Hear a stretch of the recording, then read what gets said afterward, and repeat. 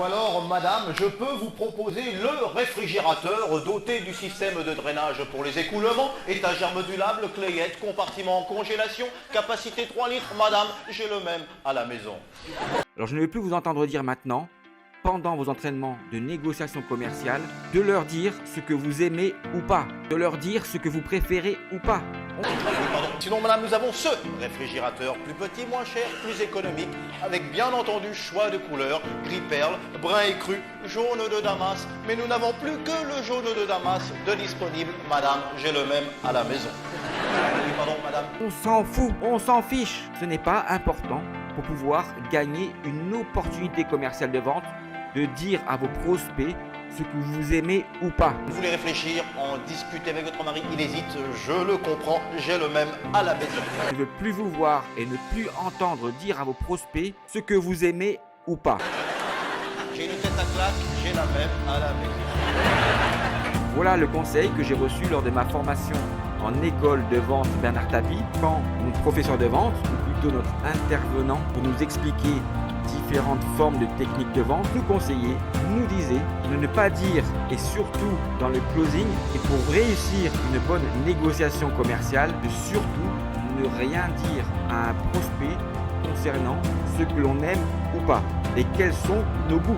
Nous devions faire des entraînements de négociation commerciale pour pouvoir réussir une vente sans dire à nos prospects ce que nous aimions ou pas. Alors pensez-vous que de dire à un prospect ce que vous aimez ou pas va faire de vous un meilleur vendeur? Que pensez-vous justement de cette idée de ne pas dire à vos prospects ce que vous aimez ou pas? Si vous souhaitez découvrir l'ensemble de la formation de vente Bernard Tapie, c'est très simple. Il n'y a pas plus simple d'acheter mon livre Vendeur de tapis, et dans la première des 3 parties, dans la partie découverte, plus de 75 pages,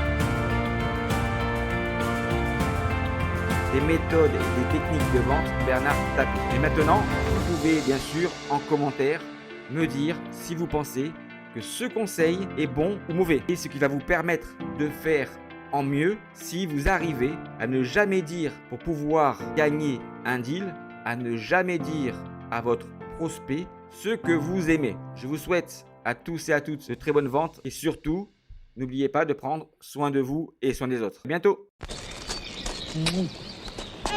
Oh Gigi, c'est mes yeux ou quoi? Tu t'es acheté une nouvelle voiture? Avec quoi tu t'es payé cette beauté? Avec quoi hein? Avec ta tchatch. La moitié de la moitié du prix. Le type, je l'ai baratiné, je l'ai fait pleurer. Il m'a donné les clés à genoux. Et attends, t'as rien vu? Mate le canapé. Tout cuir, pure vache. T'assieds pas. Tu te relèves plus. Ah Gigi, tu es le roi des affaires. Les affaires? Dans le berceau, je faisais les affaires. Mon biberon, je l'ai revendu à ma mère pour ma petite sœur. Et t'y as pas vu le clou? Le chef-d'œuvre.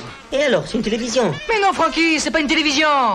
C'est une affaire. Encore? Sauf que celle-là, c'est l'affaire du siècle. Cette télévision que tu vois de tes yeux, je l'ai payée 44 francs de moins que chez Darty. Oui, monsieur. Gigi, ta télévision, tu l'as déjà fait marcher? Pourquoi? Elle a qu'une chaîne.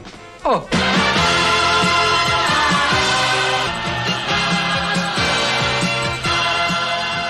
Pour réussir à vendre, surtout, ne cherchez pas à vendre. Voilà certainement la plus grande arnaque commerciale utilisée par des commerciaux et des vendeurs pour d'autres vendeurs et d'autres commerciaux dans la vente. Autrement, à quoi servent les commerciaux et les vendeurs si ils ne cherchent pas à vendre leurs produits ou leurs services? Alors pourquoi les commerciaux et les vendeurs qui affirment cela, il ne faut surtout pas chercher à vendre, parce que ces commerciaux et ces vendeurs ignorent comment fonctionne dans l'ensemble d'un cycle de vente et dans les différentes phases et étapes d'un cycle de vente, comment fonctionnent les différentes évolutions des 4 éléments les plus importants pour un acheteur du fonctionnement de la vraie confiance dans la vente. Voilà pourquoi ces commerciaux et ces vendeurs disent cela. Parce qu'ils ne savent pas comment fonctionne le mécanisme de la vraie confiance dans la vente. Car les commerciaux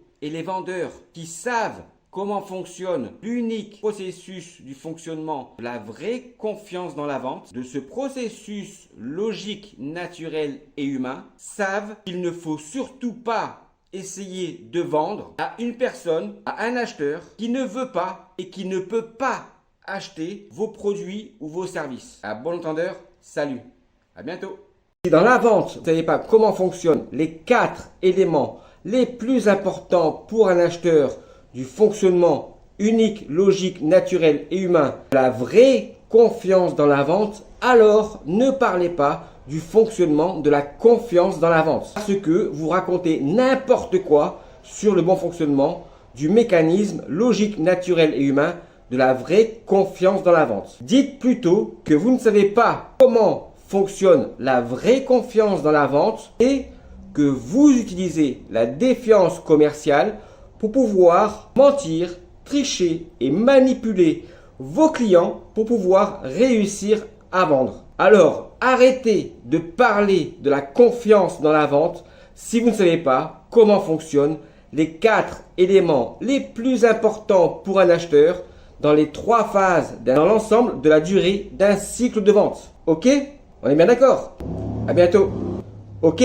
Savoir poser les bonnes questions à un client et de savoir si les réponses de votre acheteur sont bien en relation avec les niveaux d'importance des 4 éléments les plus importants que doivent avoir pour lui dans les 3 phases d'un cycle de vente et dans l'ensemble de la durée d'un cycle de vente pour que vous puissiez contrôler avec vos questions si vous pouvez lui faire confiance pour qu'il puisse acheter votre produit, votre service ou votre solution. Les bonnes questions pour un commercial ou un vendeur est de savoir si les réponses sont bien toutes en relation avec les 4 éléments du fonctionnement de la vraie confiance dans la vente, dans les 3 phases et l'ensemble de la durée d'un cycle de vente. Et n'oubliez pas qu'il n'existe pas de questions magiques pour un commercial et pour un vendeur pour gagner une opportunité commerciale de vente. Ce qui est magique dans la vente, eh bien, la seule réponse et la seule phrase que doit dire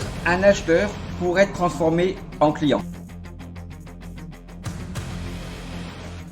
Si vous ne savez pas vendre sans pouvoir mentir, tricher ou manipuler vos clients, ce n'est pas parce que vous ne connaissez pas les différentes techniques de vente. Cela n'a absolument rien à voir. Si vous avez besoin de mentir, tricher et de manipuler pour pouvoir réussir à vendre, ce n'est pas à cause des techniques de vente, mais c'est à cause de l'ignorance du fonctionnement logique, naturel et humain des 4 éléments les plus importants pour un acheteur dans l'ensemble des 3 phases d'un cycle de vente et sur la durée totale de vos cycles de vente. Voilà pourquoi vous utilisez la défiance commerciale pour pouvoir réussir à vendre en mentant, trichant et en manipulant vos clients, plutôt que d'utiliser le fonctionnement de la vraie confiance dans la vente. À bientôt. Pensez confiance. La première chose à laquelle devrait penser un commercial ou un vendeur lorsqu'il gagne une opportunité commerciale est de pouvoir s'imaginer comment faire pour pouvoir dire à la fin de son closing, lorsqu'il gagne une opportunité commerciale, à tous ses clients, merci pour votre confiance. Indépendamment de n'importe quelle technique de vente, la première chose à laquelle devrait penser un commercial ou un vendeur plutôt que d'utiliser la défiance commerciale à travers une mauvaise interprétation des différentes techniques de vente pour essayer de ne pas perdre ses opportunités commerciales en mentant, trichant et en manipulant ses clients. Voilà la première chose à laquelle devraient penser les commerciaux et les vendeurs. Pouvoir imaginer et de pouvoir savoir comment faire, car jamais personne n'a pu remettre en cause le bon fonctionnement logique, naturel et humain, les 4 éléments les plus importants pour un acheteur du fonctionnement de la vraie confiance dans la vente. La pire faute commerciale que peut faire un vendeur ou un commercial est justement de pouvoir croire et de faire confiance à un commercial, à un vendeur, un manager, un expert en vente, un conférencier, un docteur en vente, un expert du cold calling qui ne savent pas comment fonctionne le mécanisme unique, logique et naturel du fonctionnement des 4 éléments les plus importants pour un acheteur, la vraie confiance dans la vente. Messieurs les commerciaux, messieurs les vendeurs, vous préférez avoir face à vous des acheteurs qui vous mentent, qui vous manipulent et qui trichent pour ne pas vous faire confiance, ou vous préférez avoir face à vous des acheteurs qui vous disent la vérité pour pouvoir avoir confiance en vous et que vous puissiez réussir à vendre vos produits ou vos services. Alors, vous choisissez quoi? Voilà exactement à quoi sert le bon fonctionnement pour un commercial et pour un vendeur de connaître comment fonctionne la vraie confiance dans la vente, des variations des 4 éléments les plus importants pour un acheteur dans les différentes phases et étapes d'un cycle de vente. Que vous, les commerciaux et les vendeurs, puissiez contrôler la confiance que vous pouvez accorder à vos acheteurs pour qu'ils puissent acheter vos produits et vos services. Voilà exactement à quoi sert de connaître et de comprendre le fonctionnement du mécanisme logique, naturel et humain, de la vraie confiance dans la vente pour un commercial ou pour un vendeur. À bientôt. Alors, tu m'aimes, oui ou non? Voilà en réalité la question qui pourrait résumer la vente. Mais en fait, il faut bien comprendre comment cela fonctionne pour pouvoir justement obtenir la confiance de vos clients. Et ce que j'ai pu comprendre, c'est qu'il y a un doute que connaissent bien les sportifs, c'est la peur de gagner. La peur de gagner fait perdre des opportunités commerciales, comme pour les sportifs de haut niveau. Et les vendeurs qui utilisent la défiance commerciale, c'est-à-dire qu'ils vont devoir être obligés de pouvoir mentir, tricher et manipuler pour essayer de ne pas perdre un deal, augmentent en réalité le risque de perdre ces deals par rapport à un vendeur qui utilise le bon fonctionnement de la confiance pour pouvoir gagner ses deals. Et pourquoi il y a cette différence? Parce que justement, un vendeur qui connaît le fonctionnement de la confiance pour pouvoir gagner ses deals saura dire non à ses prospects pour les bonnes raisons. Alors qu'un commercial qui utilise la défiance pour pouvoir gagner ses deals en trichant, mentant et manipulant dira toujours oui à ses clients, mais justement pour les mauvaises raisons.